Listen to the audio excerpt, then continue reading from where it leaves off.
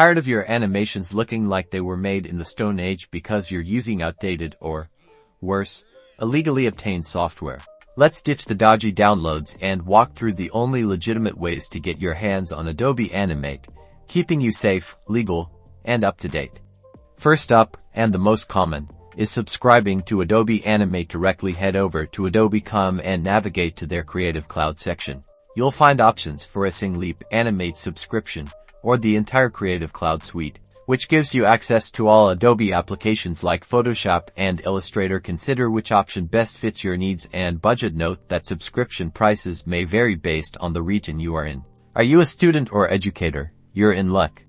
Adobe offers significant discounts for educational licenses. Check if your institution is part of Adobe's education program. If so, you could save a substantial amount of money. You'll typically need to provide proof of enrollment or employment. For larger organizations, an Adobe Enterprise Agreement might be the most cost-effective solution.